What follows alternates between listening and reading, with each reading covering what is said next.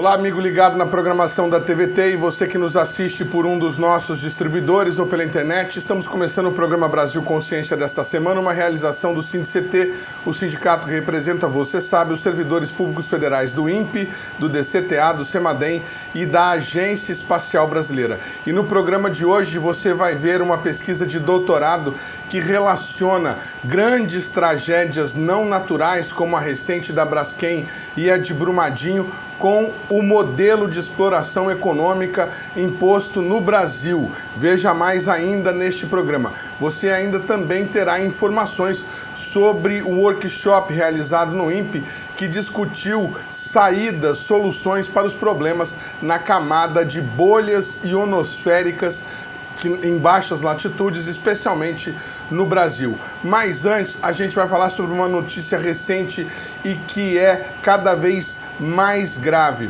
Os pesquisadores brasileiros que atuam no Criosfera 1, um módulo brasileiro na Antártica, identificaram pela primeira vez a possibilidade de derretimento na latitude onde o Criosfera está, o que é muito grave devido à proximidade com o Polo Sul. E para falar sobre isso, a gente vai conversar agora com o pesquisador Heitor Evangelista, que é da UERJ e um dos responsáveis pelas pesquisas no módulo brasileiro no Criosfera 1.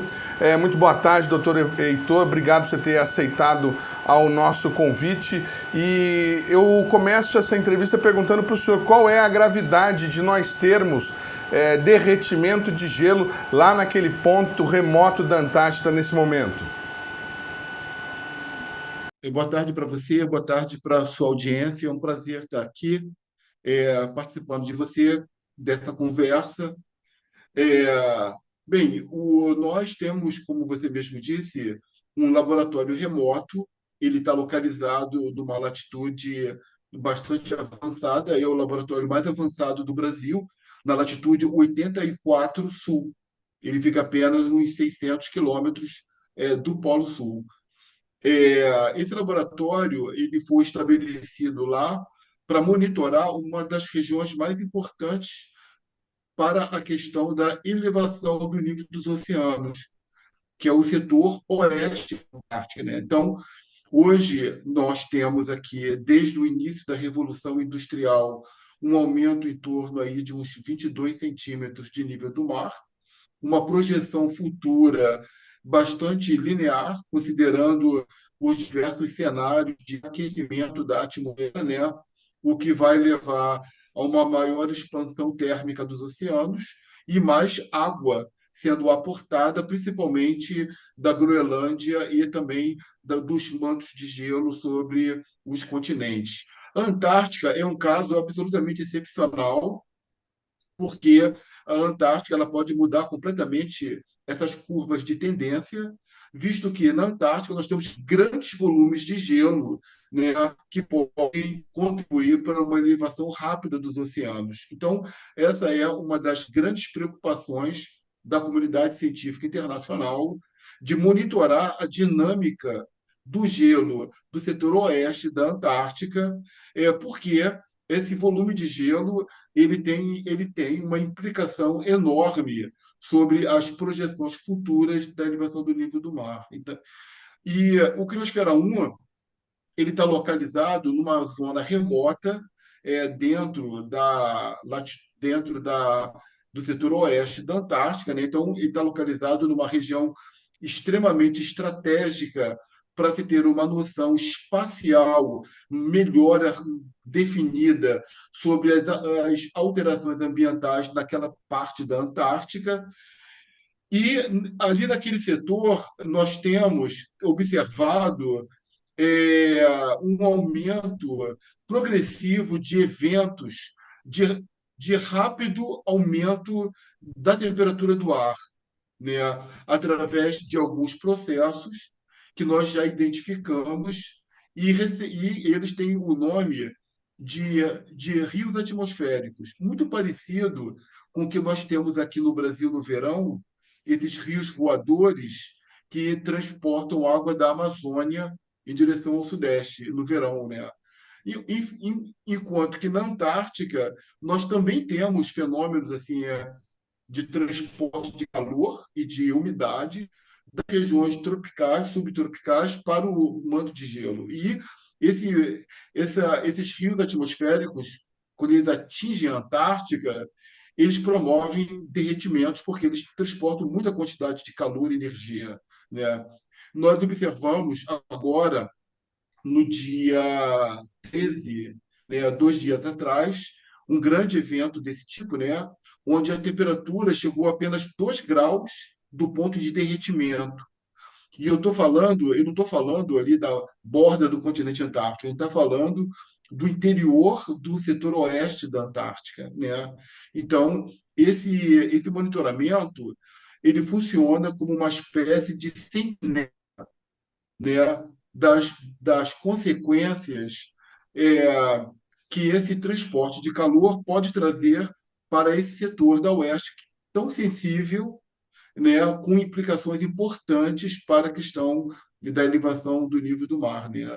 Nós até agora não observamos em nenhum trabalho pretérito derretimento de gelo numa latitude tão próxima ao Polo Sul, né? E através do Criosfera 1, a gente está observando que nós estamos próximos desse ponto de colapso, né? Então, é bastante preocupante e, até certo ponto, bastante surpreendente, né? Que a gente possa estar hoje observando temperaturas tão altas em latitudes tão próximas do Polo Sul. O senhor falou duas informações: ponto de colapso. E a outra informação que o senhor passou é que está a 2 graus do derretimento. A pergunta que eu faço é: as perguntas são, quanto foi o máximo que nós já tínhamos atingido? A gente já tinha chegado perto desses 2 graus? E sobre a questão do ponto de colapso, podemos entender esse ponto de colapso como ponto de não retorno, em que a gente teria aí um derretimento contínuo e permanente das calotas polares? Do ponto de vista histórico, a gente sempre teve uma margem bastante segura, né? Com uma diferença ali em torno de, na média, em torno de -10 a -7 graus de ponto de fusão de gelo, né?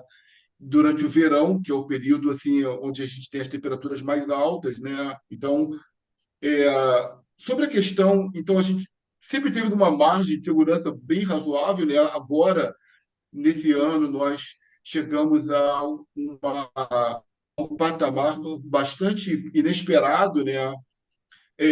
Enfim, sobre a questão do ponto de não retorno, eu acho que ainda é prematuro falar, né? Porque esse ano a gente está tendo em todo o hemisfério sul, né, grandes consequências do fenômeno El Niño, né? Então, o El Niño ele tem uma implicação climática muito grande em todo o hemisfério sul. Na Antártica, o El Niño tem um impacto fortíssimo, né? E não dá para falar, na minha opinião, num ponto de não retorno exatamente durante um ano que é excepcionalmente quente em virtude de um processo que se soma, né, à questão do aquecimento global que nós estamos acompanhando aí, né? Então, a gente precisa, para poder estabelecer, não, que isso agora vai ser um processo permanente, eu acho que ainda é um pouco prematuro, eu diria que a gente precisa avaliar se esses fenômenos que nós estamos observando agora, eles terão ou não uma normalidade para o futuro, né? Então, eu acho que só mesmo a coleta de dados vai poder provar definitivamente que isso é uma realidade. Mas, por exemplo, nós uma coisa bem interessante observar, né, que é, desde quando nós monitoramos o Ártico, né, desde a primeira imagem de satélite, desde 79 para cá, que todos os dados mostram uma redução progressiva do gelo no Ártico, né? E na Antártica, esse processo ele não era tão evidente, né? Durante um bom tempo, ao longo dessas últimas décadas, a variabilidade do gelo antártico se manteve relativamente na média, né? Na média, ela esteve estável, né? Até com regiões ganhando gelo, inclusive, né? Então, esse cenário na Antártica era um cenário durante décadas. Ele permaneceu bastante estável, ao passo que no Ártico a gente já vem observando declínio desde os anos 70, né? O que ocorre é que, principalmente ali depois de 2015, é, a gente tem observado uma redução importante da variabilidade do gelo marinho, ali, principalmente em volta da Antártica, né? E desde 2015, mais 16, essa perda de massa de gelo, ela realmente não voltou ao padrão, né, anterior a essa data, né? Ou seja, a Antártica, ela, digamos assim, foi mais resiliente a essas mudanças, mas agora nós estamos observando um cenário já diferente, né? Nós estamos observando na Antártica uma progressiva perda de massa de gelo, né? Alguns mares, oceanos na Antártica com retrações importantes, um aumento da área livre de gelo, né? É, temperaturas elevadas em diversos pontos, principalmente no setor oeste da Antártica, né? Então, definitivamente, o cenário na Antártica ele foi resiliente durante algumas décadas, mas hoje ele começa a mostrar alterações importantes, né? O ano passado nós tivemos algumas ondas de calor inéditas na Antártica, né? E agora nós estamos tendo esses eventos aí. Talvez a gente venha a ter aí nos próximos dias, inclusive, é, derretimentos em latitudes bastante elevadas, o que é uma coisa bastante preocupante, porque nós sabemos as consequências das grandes perdas de massa de gelo na Antártica, não só para o ambiente antártico, mas também para a elevação do nível dos oceanos, que afeta o planeta como um todo. Muito bem, preocupante realmente. Bom, o senhor está falando com a gente do Rio de Janeiro, doutor Heitor, é isso mesmo? O senhor volta para a Antártica quando? A gente acompanhou esse ano, mostramos aqui no programa a estreia do documentário Criosfera 1 e todo o trabalho que é feito aí multidisciplinar, de vários institutos, mostramos aqui a colaboração dos técnicos do INPE. Quando que vocês voltam para lá? Nós estivemos na Antártica já no final do ano passado, né? Nós deixamos o laboratório pronto para ele se manter autônomo durante um período de anos e nós estamos voltando para lá com novos experimentos é, já no ano de 2024, né? Nossa missão ela deve começar em novembro e passaremos o próximo verão, não esse verão agora, né? Mas o próximo verão lá no Laboratório Criosfera 1. Estaremos lá fazendo sua manutenção, instalando novos sensores e continuando o nosso monitoramento. Tá certo, boa sorte aí na nova missão. Criosfera 1, laboratório brasileiro que fica isolado no meio da Antártica. É o único laboratório internacional nessas condições, nessa latitude, para fazer pesquisa de qualidade. Obrigado, doutor. Parabéns aí para vocês pela pesquisa, viu? Eu que agradeço. Um bom dia para vocês. Estamos aqui sempre à disposição. Programa Brasil Consciência vai com um rápido intervalo e, na sequência, você confere a pesquisa, o workshop apresentado no INPE sobre a questão das bolhas na camada ionosférica e os prejuízos para a comunicação via GNSS. Instante só, não sai daí.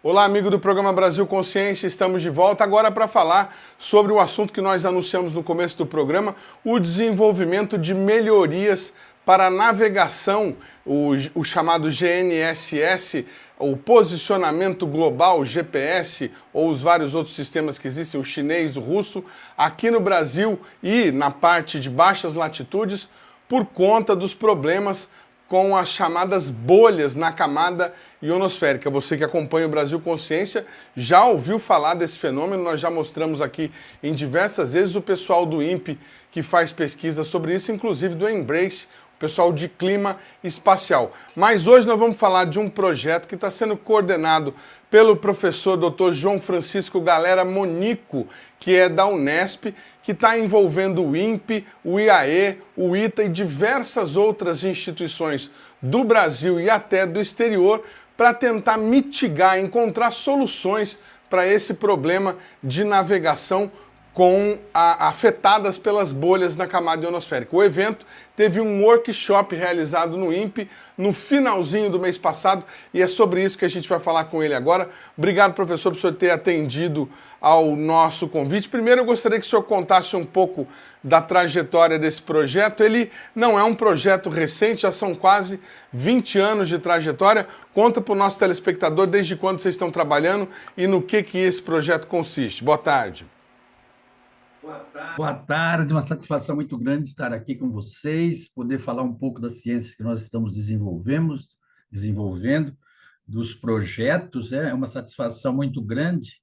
Então, esse projeto, ele é um INCT, Instituto Nacional de Ciência e Tecnologia, de uma chamada do CNPq em 2016, de 14, desculpa, mas não envolve só o CNPq, tinha também as fundações... Deixa eu me corrigir, eu falei 20 anos, então são 10 anos, é 2014 e não 2004. O senhor me perdoe.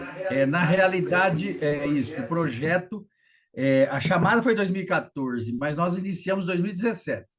Então, o projeto, nesse momento, ele está terminando o 7º ano, né? O 6º ou 7º, 17, 18, 19, 20, 21, 22, 27º ano.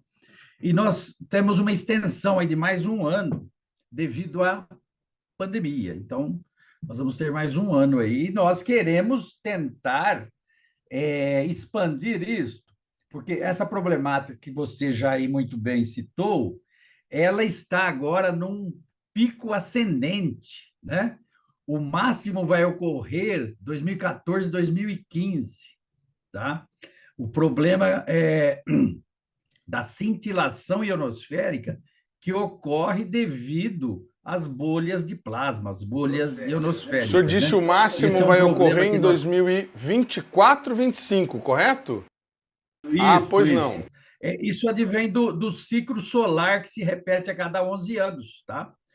E, então, você veja bem, agora o GPS é de 94, nós estaremos agora no 3º ciclo pós-GPS, que é uma tecnologia que proporciona bastante informações para o entendimento melhor do que se ocorre na ionosfera. Então, você veja bem, aí ocorre uma sinergia, né, que é uma tecnologia que é afetada, mas, por outro lado, ela permite colher informações para estudar e entender melhor o que ocorre na ionosfera, né, os fenômenos, e também aí, você também já citou isso, propor ou tentar apresentar algumas soluções para a mitigação do problema. Ele é um problema que ocorre em todas aquelas aplicações que utilizam o GNSS. Quando a gente fala GNSS, então é o GPS, é o GLONASS, que é o da Rússia, o Beidou da China e o Galileu da Europa. Todos esses sistemas, eles sofrem com isso. E aí eles são aplicados na agricultura de precisão, no suporte a veículos autônomos, né? E na navegação aérea, que, diante disso, o uso da navegação aérea para fazer pousos de aeronave com segurança, que aí tem um sistema de aumento denominado GBAS, que é Ground Based Augmentation System, é um aumento desses GNSS, que no Brasil até hoje não foi certificado pela ANAC, devido a esse problema, que aqui diferentemente do que ocorre nas regiões de médias latitudes, onde a ionosfera é bem, vamos dizer, tranquila, vamos dizer assim, aqui isso é diferente. Então, é uma problemática para se tentar uma solução. E é isso que nós estamos estudando, pesquisando dentro desse projeto. A grosso modo, nas regiões de baixa latitude, o Brasil é muito afetado com isso, a gente tem uma mudança na atmosfera, que é chamado popularmente de bolha, que provoca o que vocês falam de difração do sinal. Então vem o sinal do satélite, ele bate naquela bolha e ele acaba se perdendo. E aí o GPS enterra o veículo autônomo, vamos dizer assim, o caminhão, não sabe para onde ir. É mais ou menos isso que acontece, doutor? Então, imagina isso, que o veículo lá tem, no caso do veículo autônomo, ou no caso na agricultura de precisão, né, que a máquina que vai fazer uma colheita ou fazer uma plantação, ele sabe aonde deveria ir, né? Pelo menos tem as coordenadas. E o sistema lhe proporciona um nível de incerteza, ou seja, o quão bom está sendo determinada aquela posição. Se o sistema da atmosfera estiver tudo tranquilo, essa precisão é fabulosa e ela é confiável. Quando ocorre uma bolha, o sinal, ao cruzar, é uma região rarefeita, né? Ela vai ter uma densidade de elétrons diferente da região vizinha, onde o sinal se propaga de forma adequada. Esse sinal se perde, ele vai chegar no receptor, o receptor vai fazer uma medida que, com certeza, vai ter ela vai estar deteriorada e vai deteriorar, então, a posição do veículo, né? do que seja, do veículo, do caminhão, de uma aeronave, né? E com isso tem que parar parar a operação, né? E se for num voo, isso daí também teríamos que ter capacidade de informar ao responsável por tomar a decisão, olha, agora você não pode utilizar esse sistema. Se nós tivermos essa capacidade de dizer não use o sistema, tudo bem, é algo importante. Mas se toda hora você ficar falando não pode usar, não pode usar também, então é melhor não usar nunca, né? E a ideia, então, é que possamos fazer isso também, mas também mitigar, né? Isso é um evento que ocorre, as estatísticas, os estudos, sempre após o pôr do sol. Então, todas aquelas operações que ocorrem aí 24 horas por dia serão afetadas. Isso também ocorre dentro de um ciclo de, como eu já citei, de 11 anos, né? E agora nós estamos na fase ascendente. Então, já tem muita gente aqui batendo nas nossas portas, falando: o que está acontecendo, professor? Porque agora, realmente, eu tenho observado aqui também em alguns experimentos que eu faço diariamente, que após o pôr do sol, 7 horas da noite, 8 horas da noite, isso vai até meia-noite, 1 hora da manhã, o sistema de posicionamento fica realmente com grande incerteza e proporcionando números que você não pode acreditar, entende? A pessoa que está nos ouvindo deve estar falando assim, nossa, mas que bobagem, né? Porque eu uso o GPS no meu celular, não dá problema nenhum e tudo mais, uso à noite, uso durante o dia, mas acho que é preciso estabelecer assim, o nível de eficácia de um sistema com o outro. A pessoa que está no GPS no carro, ela não, né, se tiver uma interrupção de sinal, não vai dar problema, porque daqui a pouquinho ela vai estar em movimento e pode retomar. Agora, um avião pousando eletronicamente, usando só a navegação, se der esse problema, ele pode vir a cair ou fazer um pouso mal sucedido, é isso? Aí é uma aplicação onde tem risco de vida, né? Aí você não pode errar nunca. Se for ver o nível lá de falta, quando a gente fala em estatística, né, que tem o falso alarme ou a misdetection, né, uma detecção errada, ela tem que ser praticamente nula, né? Nível de probabilidade de 10 a menos 7, ou seja, não pode ocorrer nunca, né? Falando que vocês estão fazendo, inclusive, um trabalho para Vale do Rio Doce, que eles têm os caminhões autônomos que trabalham nas minas durante a noite que precisa de confiabilidade nesse sistema. Isso, então. A palavra, quando eu sou da área de geodésia, a gente usa muito falar de acurácia, precisão, né? Isso é importante também, mas nesses aspectos de segurança, o que vem muito importante aí é a integridade do sistema, né? Você tem que, o que você falar tem que estar sendo garantido, né? Então, a Vale realmente, eles têm vários caminhões autônomos nas várias minas que eles têm, e eles estão tendo dificuldade agora também, após o pôr do sol, no período da noite, porque o nível de precisão da acurácia do sistema deteriora, e aí isso é apontado, felizmente, fala, ó, a qualidade agora está ruim, e aí esses caminhões têm que parar. E para a produção, perde a produtividade e recursos, né? Muito bem. E nesse período que vocês estão trabalhando, nesses 7 anos, o que vocês já conseguiram avançar? Já dá para saber um pouco melhor por que acontece a bolha, fora a questão do ciclo solar, mas existe assim, olha, teve uma explosão solar de intensidade X, então vamos ter bolha hoje. Tem essa possibilidade? Então, isso que você comenta. Ontem eu ainda estava reunido com os meus alunos, né? Esses dias, porque normalmente é de setembro a março a ocorrência maior, que é quando está tudo vinculado com o Sol vindo para o hemisfério sul, né? Então, setembro a março é o nosso período pior aqui.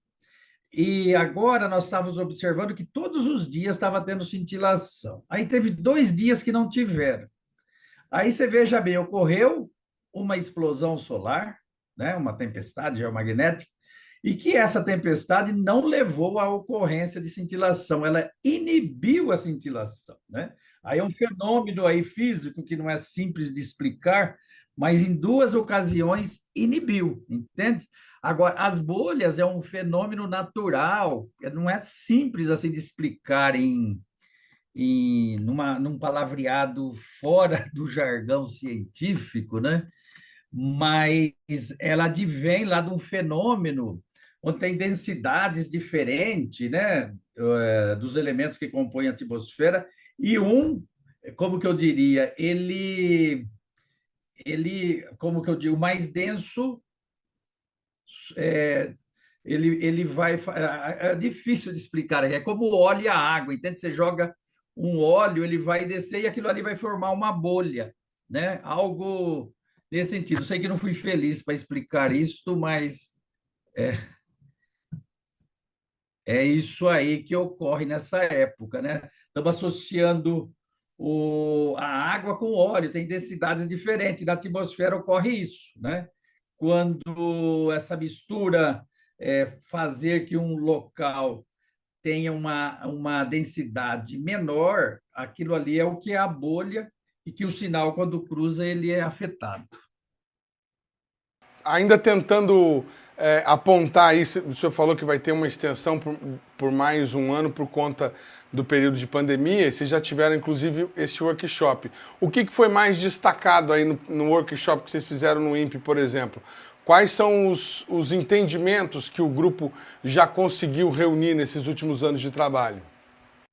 Então, nós estamos identificando, tem um nível, tem um parâmetro que a gente mede o nível de cintilação, e nós identificamos já que os satélites que cruzarem essa região onde há uma maior ocorrência de cintilação, se for acima de um número lá, 0,8, melhor não usar aquele satélite, entende?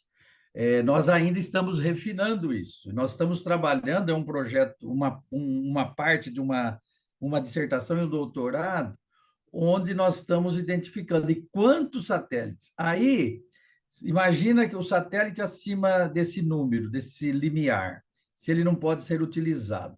Mas dependendo se tivermos vários satélites naquele nível, vários, né, com maior que esse patamar, realmente aí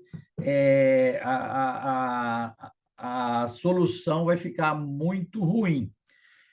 E o que nós temos mais ainda visto é que aqui na nossa região, em termos de gradiente, né, é difícil também os gradientes aqui são muito maior do que é esperado para os Estados Unidos. E aí se fala, ó, o gradiente acima de 400 vai prejudicar a qualidade. Nós aqui chegamos ao momento de ter 800, tá? Então nós temos um banco de dados onde se pode fazer um estudo climatológico disso, que já foi feito, né? E atualmente nós estamos desenvolvendo junto com uma outra, porque aí no INCT também é importante a ligação com a iniciativa privada, né? O desenvolvimento de um receptor de baixo custo para monitorar a cintilação ionosférica e, ao mesmo tempo, nós estamos testando a parte de mitigar, né? Aí, o que mais? Tivemos formação de recursos humanos, que foi bastante fantástico, né? Tivemos vários mestres e doutores formados nessa linha e que muito vai contribuir aí com as organizações que estão envolvidas neste sentido, né? E junto à Vale, nós estamos desenvolvendo um projeto também para mitigar. É que não dá para dar muitos detalhes, entende? Mas estamos trabalhando. O que se diz é a hora que a cintilação ocorre fortemente, se ela afetar vários satélites, não há muito o que fazer. O que ajuda hoje um pouco é que nós temos as 4 constelações, né? Então, muito raramente vai derrubar todos os links, né? Mas Quando o senhor a fala ideia é essa. quatro constelações, é aquela que o senhor citou, né? O GPS americano, o GPS russo, o GPS japonês e o europeu, o Galileu. Então, é difícil os 4 estarem inoperantes. Teria que ser uma tempestade muito Aí terrível. tem uma outra coisa que nós estamos vendo, porque você veja bem, o GPS, que é, vamos dizer, o mais adulto aí, né? Ele foi lançado oficialmente em 94. Então, para isso, os estudos para colocar esse sistema, vamos dizer, começaram, vamos dizer, 20 anos antes que isso, né? Então, a tecnologia espacial que você coloca no espaço é tecnologia que foi desenvolvida há algum tempo, que você não é o que você tem já coloca no espaço, né? Então, o GPS tem os satélites modernizados. Hoje nós temos 6 satélites modernizados no espaço, né? E a partir de agora, todos os novos satélites terão essa capacidade da modernização. Então, eles colocaram mais alguns sinais que têm uma potência maior, e os que nós temos analisado até agora, aparentemente, ele é mais resiliente ao problema da cintilação ionosférica, né? Nós temos visto que algum sinal desses mais antigos ele se perde, mas esse novo sinal ainda ele está lá, só que nós não temos o número de satélites suficiente ainda, né, para solucionar esse problema, né? Nós temos do GPS hoje só 6 satélites nesse sentido. Os do Galileu, nós também estamos investigando agora, mas nós vimos principalmente agora o do GPS, que é o satélite, o GPS-3, né? Que eles são mais resilientes para isso, e novos estudos continuam nessa linha. Nós temos também outro professor trabalhando no desenvolvimento de melhores antenas, que ele seja capaz de captar um dado, um sinal mais frágil, entende? Então, são várias iniciativas que ainda precisa de um pouco mais de tempo para realmente falar, isso aqui dá para se tornar um produto efetivo. Perfeito. O senhor, inclusive, está embarcando para os Estados Unidos para participar de um evento e levar essa experiência desse trabalho que está sendo desenvolvido para esse congresso. Conta para a gente um pouco do que o senhor onde o senhor vai participar. Então, é em São Francisco, a American Geophysical Union. Então, nós propusemos uma sessão lá, eu, o pesquisador Eurico, do INPE, e o doutor César Valadares, de Dallas, né? Então, nós propusemos uma sessão que é sobre os desafios, né? Da cintilação em aplicações em tempo real e trazer essa sinergia entre o clima espacial e a geodésia para poder propor soluções ou entender melhor o que efetivamente ocorre. Muito bacana. Eu quero agradecer demais a participação do professor João Francisco Galera Monico aqui no nosso programa. É a primeira vez que ele fala com a gente. Professor da Unesp, com carreira assim, é até difícil da gente enumerar aqui a quantidade de trabalhos que o professor já participou. Mais de 150 artigos científicos publicados, livros, capítulos de livro, orientou mais de 140 alunos, incluindo graduação, iniciação científica, mestrado e doutorado, além de pós-doutorado. Obrigado, professor, por o senhor ter participado aqui do nosso programa com essas informações. A gente está sempre à disposição para divulgar o trabalho, viu? Foi uma satisfação muito grande, eu que digo obrigado.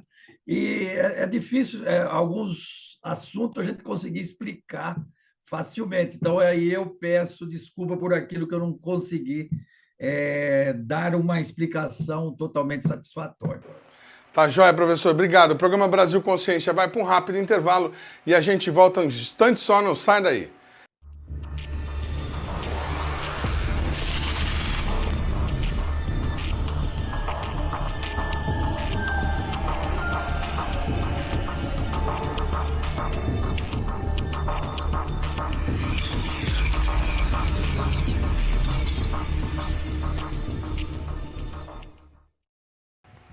Estamos de volta, amigos do programa Brasil Consciência, para falar agora sobre o assunto que nós comentamos no começo do programa, a exploração comercial de recursos naturais que tem provocado grandes desastres nada naturais no Brasil. Você pode não acreditar, mas Brumadinho, Mariana, agora a questão da Braskem em Maceió e Manaus tem relação entre si. E para falar sobre isso, a gente vai conversar agora com a pesquisadora Mariana Moura. Ela é diretora no Ministério de Ciência e Tecnologia, ela ocupa a diretoria do Departamento de Governança e Indicadores de Ciência e Tecnologia e Inovação, mas fala com a gente como pesquisadora da USP que desenvolveu esse trabalho em sua tese de mestrado.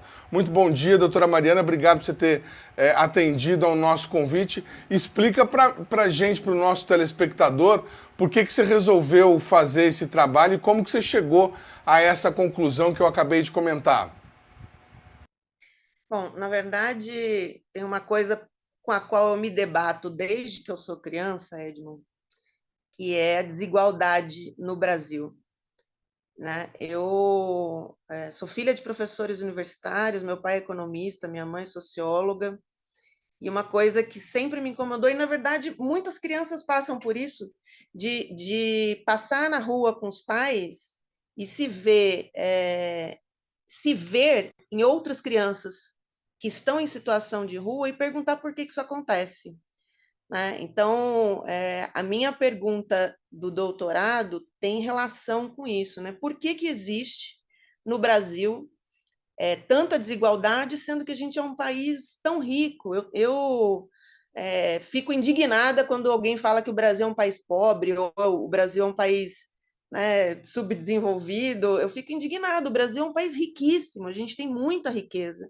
A questão é que essa riqueza é mal distribuída. Então, foi com isso que eu me debati durante toda a minha vida e resolvi tentar entender isso durante a minha tese, meu doutoramento.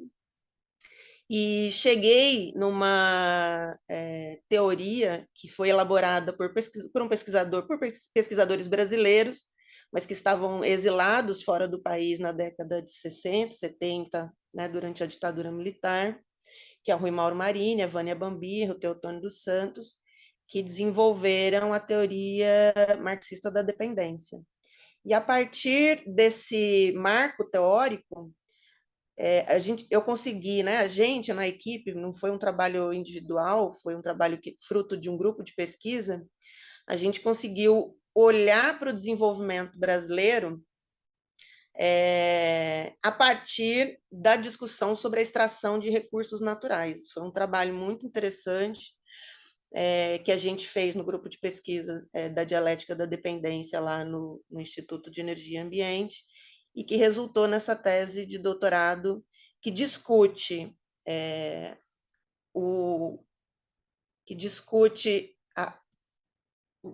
a produção brasileira, né, a forma como o Brasil se inseriu na economia internacional de forma subordinada e dependente e quais as consequências disso, tanto em termos de desigualdade de renda no nosso país, quanto em termos de superexploração dos recursos naturais, que foi, na verdade, o conceito que eu desenvolvi na minha tese. Nossa, então vamos lá, né? Lembrando aqui das nossas aulas de história no ensino fundamental e médio. Descobrimento, pau-brasil, depois ciclo de monocultura, café, cana-de-açúcar, exploração de recursos naturais como ouro, né? Sempre aconteceu, e até chegar aos dias atuais, onde você tem uma mineradora, por exemplo, como a Braskem, cavando lá debaixo de Maceió. Toda a nossa história sempre foi de ciclo de exploração. Isso é uma condição que nos faz ser desigual? Quer dizer, nós teremos que mudar a nossa forma de gerir riqueza no país para mudar a condição da população? A questão é a seguinte, lá na década de 50 e 60, a CEPAL fez um estudo em toda a América Latina. Na verdade, o Raul Prebisch, que é um grande pesquisador economista, né, da CEPAL, da Comissão Econômica para a América Latina, e ele descobriu que na relação econômica com o mundo, os países periféricos ou os países exportadores de matéria-prima saem perdendo historicamente. Ele fez um levantamento, né, da tendência, ele fez um levantamento das trocas econômicas. Então, ele, durante 100 anos, rastreou as trocas econômicas dos países latino-americanos com o resto do mundo na relação de troca. O que isso significa? O quanto que a gente vende, em termos econômicos, para o quanto que a gente compra. Então, o que a gente pode comprar no mundo a partir daquilo que a gente vende. E aí ele percebeu que, ao longo de 100 anos, existe uma tendência decrescente nessa relação. Então, a gente, cada vez menos, consegue comprar o que a gente precisa no mundo, porque os nossos produtos, na relação com os produtos que a gente compra, ficam sempre mais baratos. Não quer dizer que as matérias-primas não tenham tido alguns booms de elevação de preço ao longo da história. Tiveram. Inclusive, durante o primeiro e segundo governo Lula, isso aconteceu. Teve um grande boom internacional de aumento do preço das commodities. Mas quando você vai analisar o valor relativo em relação ao que a gente comprava lá fora, que é fundamentalmente tecnologia ou produtos de maior valor agregado, transformados pela indústria da transformação, essa relação fica cada vez pior, mesmo durante o primeiro e segundo governo Lula. Apesar da gente ter aquela sensação de riqueza no Brasil, isso significa que a gente estava transferindo mais riqueza para fora do país. A gente vende por um preço muito barato, relativamente, ao que a gente compra por um preço muito caro. Isso, segundo esses pesquisadores, esses teóricos da teoria marxista da dependência, isso se dá em função da estrutura produtiva diferente. Essa é uma explicação econômica. É óbvio que isso tem a ver com política, com entendimento de como funciona, decisão de fazer diferente. Mas, se você entender como funciona, você pode tomar uma decisão melhor de fazer diferente. E eles falaram o seguinte: a estrutura produtiva do Brasil, que é baseada fundamentalmente na extração de matéria-prima ou dos países latino-americanos, ela permite com que a gente faça essa troca desigual com países que têm uma estrutura produtiva baseada na indústria, ou seja, na matéria-prima transformada, ou seja, na matéria-prima com valor adicionado. Então, a gente vende aquilo que a gente produz mais barato do que aquilo que a gente compra. E aí, o que a gente rastreou no grupo? Dentro desse processo de venda de um produto barato e a compra de um produto mais caro, isso faz com que a estrutura social e econômica do país fique deturpada. Porque como a gente não consegue reter esse valor aqui dentro do país, esse valor acaba sendo concentrado na mão de poucas pessoas. E isso por um lado. E por outro lado, as empresas brasileiras que não conseguem reter esse valor também, ou seja, são voltadas para a exportação de matéria-prima, elas superexploram os recursos naturais para poder conseguir diminuir, né, essa tensão na troca desigual com os países industrializados. Olha só que interessante, né? A gente já ouviu aqui no Brasil Consciência de outras pessoas, inclusive, se eu não estou enganado, numa entrevista com o Márcio Pockmann há 3 anos, ele falou alguma coisa a respeito disso, sobre a questão de você não ter players tecnológicos no país, não ser produtor de tecnologia para o mundo e ficar exportando commodities como forma de receber dinheiro, né? Como forma de produzir riqueza no país. Aí, mais uma vez, uma explicação um pouco mais detalhada e embasada do porquê que essa relação é tão ruim e, mais uma vez, né, desmontando esse discurso fácil de que o Brasil é o celeiro do mundo, de que a gente tem que investir no agro, porque o agro é que é o nosso negócio e tudo mais. Mas a senhora, inclusive, tem alguns gráficos para mostrar para a gente sobre essa relação. Tem alguma coisa aí que a senhora já consiga colocar para a gente poder olhar na tela e entender um pouco melhor toda essa tese? Então, o trabalho que a gente fez foi rastrear a tendência decrescente nas trocas desiguais do Brasil nos últimos 50 anos, né?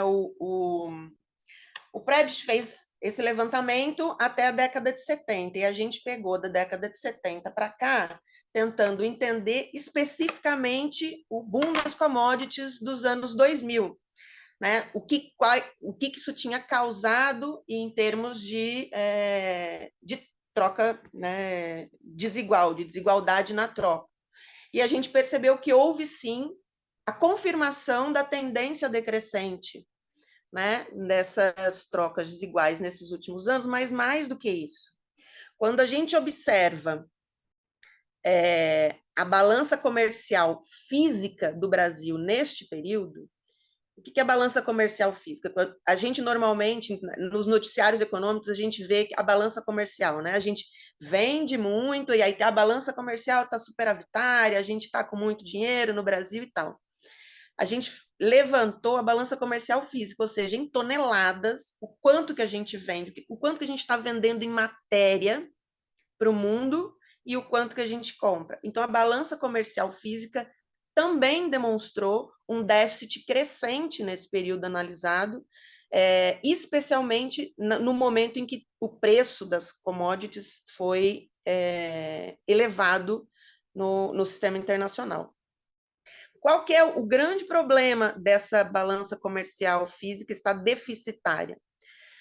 Além da superexploração dos recursos naturais, que é produzida nessa lógica, né, dependente do Brasil, a gente tem um déficit futuro em termos de possibilidades de produção. Então, veja bem, se a gente vender todo o nosso petróleo bruto, quando a gente precisar de qualquer forma desse petróleo no Brasil, a gente não vai ter, porque ele foi todo vendido. Esse é um dos grandes problemas da exportação de matéria-prima sem a gente utilizar essa riqueza para o nosso próprio desenvolvimento. Porque a gente esgota os nossos recursos. A gente está entregando nossos recursos e não só não está aproveitando a riqueza atual que ele produz, como esgota a nossa possibilidade futura de poder utilizar esse recurso. Então, quando a gente entrega uma grande reserva, por exemplo, de lítio, quando um país periférico entrega uma grande reserva de lítio, essa reserva é explorada, super explorada, como eu defendi na minha tese de doutorado, e o que resta para o país é o buraco, é o desastre. O que resta para o país é uma barragem que vai estourar em algum momento e a empresa não vai nunca se responsabilizar por isso. O que resta para o país são as mortes e o ataque ao ambiente que é produzido nessa lógica. As pessoas que estão nos ouvindo agora, provavelmente entre elas tem alguém que está assim, mas não é só o governo controlar isso melhor, não basta criar leis determinando um limite para essa exploração, até onde a Braskem poderia cavar, por exemplo, ou ninguém fiscalizou o tamanho do buraco que a Braskem estava fazendo? Olha, é possível, através da legislação e da fiscalização, você conter isso, mas você precisa entender que isso é esse o problema. Não é só uma questão de vamos punir a Braskem, ou vamos punir a Vale, ou vamos punir as empresas. É claro que elas têm que se responsabilizar pelo que elas fazem, mas a lógica econômica de ser um país exportador de matéria-prima, ela produz não só a desigualdade no país, mas a superexploração desses recursos, porque as empresas, elas, né, é capitalismo, isso é capitalismo puro, isso não é uma crítica ao capitalismo, é uma constatação. A empresa, ela é movida pela lógica do lucro, e a taxa de lucro é maior quanto menor é o seu custo. Então, você vai reduzir o seu custo, e normalmente o custo de proteção ambiental é um custo alto, um custo de reparação das comunidades afetadas é um custo alto. Então, operando na lógica do lucro, essas empresas produzem esse tipo de crime ambiental, né? Porque não dá para dizer que é uma tragédia, não dá para dizer que é um desastre, é um crime ambiental. As empresas, eu não estou aqui isentando nenhuma empresa, não é isso, que fique bem claro, não estou isentando nenhuma empresa, mas uma lógica voltada para a transformação desses recursos em riqueza nacional e distribuição dessa riqueza pelo nosso povo, limitaria ou reduziria esse tipo de superexploração, porque aí a população e o governo se sentem mais empoderados para poder impedir ou limitar ou fazer zoneamento agroecológico, ou fazer colocar limites na exportação, na exploração. Porque uma discussão que a gente teve durante posterior a Brumadinho, ao crime de Brumadinho, foi: o Estado de Minas Gerais precisa ir para cima dessa empresa. Aí eu coloquei o seguinte: eu acho que precisa, e deveria, e tem que, certo? A empresa tem que pagar pelo que fez. Mas não vai. Não vai, porque Minas Gerais depende da exportação de minério de ferro. O Estado inteiro depende disso. É uma grande parte da fonte de renda desse Estado. O Estado fica refém da lógica da empresa dessa Quer dizer, forma. Não é nem aquela, a suspeição de que a empresa sempre tem a relação entre os poderosos, ela tem algum político próximo que de repente está recebendo recurso de campanha, não é nem isso. É uma dependência de existência mesmo. Minas Gerais precisa exportar minério de ferro e não pode mexer com a Vale. Essa questão. Pode até ter, eu não estou dizendo que não tem, eu não sei, certo? Pode até ter, mas existe esse aspecto inerente a Minas. Quem viajou por Minas Gerais? Eu viajo muito de carro pelo Brasil. E Minas Gerais, aliás, é um dos meus estados preferidos para viajar, porque é muito bonito viajar de carro por Minas Gerais. E assim, tem estradas que você pega que as estradas são fechadas. Você não pode passar, porque as mineradoras são donas daquela estrada, praticamente, entendeu? Fazem todo o beneficiamento, fazem o asfaltamento. Então, assim, é difícil você... É difícil, não é impossível. É difícil você, enquanto Estado, fazer esse tipo de ação exigindo reparação para as empresas, quando você depende de tantas formas dessas empresas e dessa lógica. Como romper essa lógica? Tem uma turma da teoria marxista da dependência, inclusive um grande pesquisador, que acha que só no socialismo que a gente rompe essa lógica. Eu não sou dessa linha de pensamento. Eu acho que a gente pode romper essa lógica industrializando o país.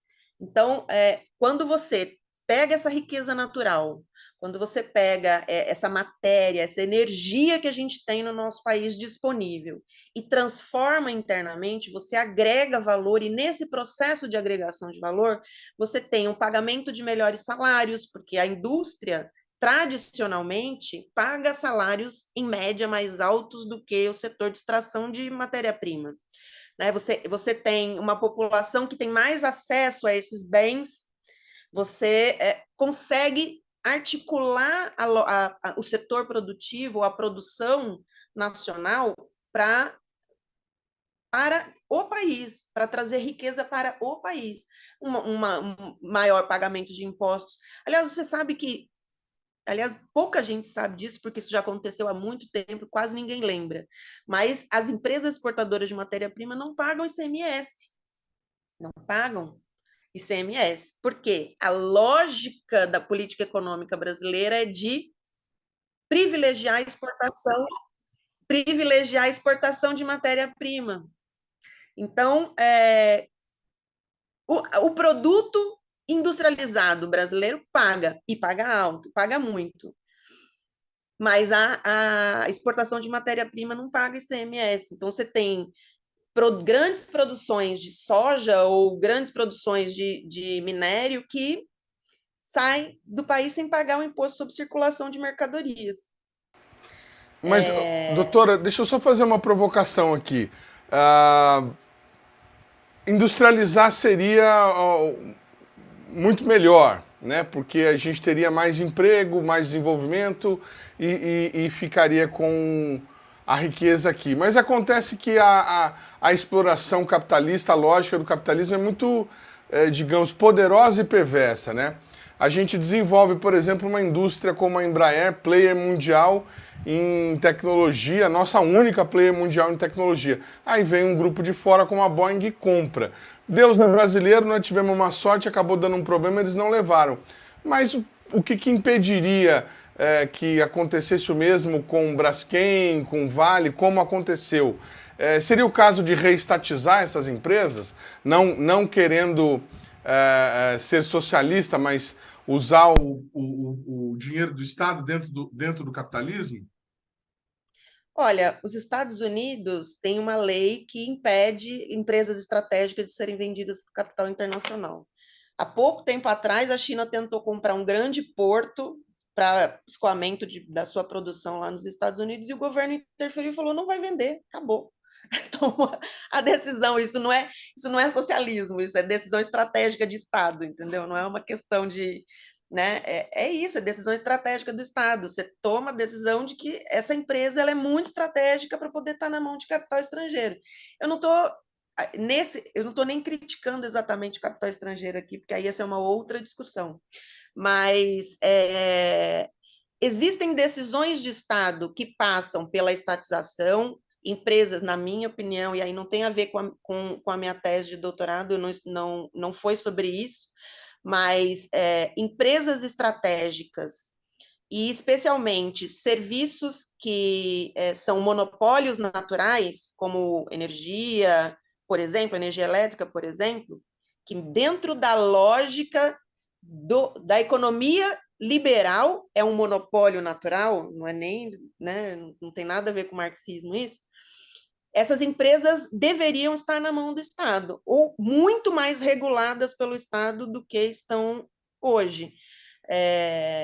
A gente vê, por exemplo, as empresas de energia elétrica sendo reguladas pela ANEEL, mas a tarifa de energia é autodeclarada. Então, a ANEEL ela não tem gente suficiente para fiscalizar todas as empresas de energia elétrica do país. Então, a empresa faz uma sugestão para a ANEEL de elevação da sua própria tarifa, com base nos cálculos que ela mesma faz, e a ANEEL não consegue fiscalizar todo mundo, então ela faz fiscalizações selecionadas, né, sorteadas e tal. É confiar a raposa cuidar do galinheiro, na minha opinião, mas essa é uma questão que a gente precisa discutir enquanto país, né? Qual é a nossa estratégia? A nossa estratégia é crescer economicamente, elevar o PIB, sem se preocupar com a questão social e ambiental? Ou a gente está realmente preocupado com a questão social e ambiental e a gente precisa tomar essa decisão de que existem questões estratégicas para o país que não podem estar na mão de, né, ou seja do setor privado, seja de empresas estrangeiras. E a gente ainda privatizou a Eletrobras, que não só produzia, como transmitia, né, a energia pelo país. Ou seja, se os estrangeiros quiserem parar o Brasil, eles têm a chave, o botãozinho lá para apertar e fazer a gente ficar parado. E o que o trabalho da senhora sugere? Qual seria a sugestão para a gente sair dessa dependência de extrativismo? Olha, a partir desses dados de que a exploração ou a superexploração, né, dos recursos naturais no país, ela vem de uma lógica deturpada do capitalismo nas regiões periféricas, a gente só pode transformar essa lógica investindo em agregação de valor aqui, né, internamente, ou seja, a gente precisa ampliar a transformação das nossas matérias-primas aqui no Brasil. E hoje, no mundo, na era do conhecimento, sem investir em desenvolvimento de tecnologia para essa transformação, a gente não chega a lugar nenhum. Aliás, esse é um dos motivos pelos quais eu sou uma grande batalhadora e defensora da ciência brasileira. Se a gente não investir em ciência, em tecnologia, em inovação no nosso país, para fazer essa transformação, não tem nenhum país do mundo que venda tecnologia de ponta, certo? Você pode dar todo o dinheiro do mundo, ele não vai vender a tecnologia de ponta. Ele vai vender uma tecnologia que já não é mais a de ponta, é a anterior, certo? O que está sendo desenvolvido agora não é vendido. Aliás, é trancado a 7 chaves, a milhões de chaves, a 400 mil patentes. Então, a gente precisa desenvolver aqui dentro novas formas de extração e transformação das nossas matérias-primas, até porque nós temos especificidades ambientais que os outros países não têm. Então, a Bolívia fez um processo de estudo e desenvolvimento de uma nova tecnologia para a extração do lítio no salar do Uyuni, que é uma tecnologia que tem menor impacto ambiental. Então, assim, a preocupação do Brasil com o impacto ambiental passa também pelo investimento em ciência e tecnologia. Agora, não é um investimento pequeno, não é um investimento baixo, né? Os países do mundo que mais estão crescendo hoje e distribuindo riqueza, que é China, Coreia, Índia, estão investindo, a própria Europa está investindo entre 2,5%, 3%, até 4%. A Coreia está chegando a 5% do PIB investido em ciência e tecnologia, a Coreia do Sul. E a gente está patinando aqui no 1,5% há 30, 40 anos, entendeu? 1,5% do PIB. Então, não é só aumentar um pouquinho o investimento em ciência e tecnologia, é pensar o Brasil a partir do desenvolvimento tecnológico e como esse desenvolvimento tecnológico pode nos ajudar a distribuir renda aqui internamente. Tá certo. E você aí criticando o investimento na Ceitec. Eu quero agradecer demais a doutora Mariana Moura pela participação aqui no nosso programa. Muito obrigado por ter nos atendido nessa manhã. A gente vai ficando por aqui, mas você que quiser conferir os demais programas produzidos pela Rádio do SINCT, deve acessar, você sabe, a nossa página no Facebook, que está aí para você na tela nesse momento.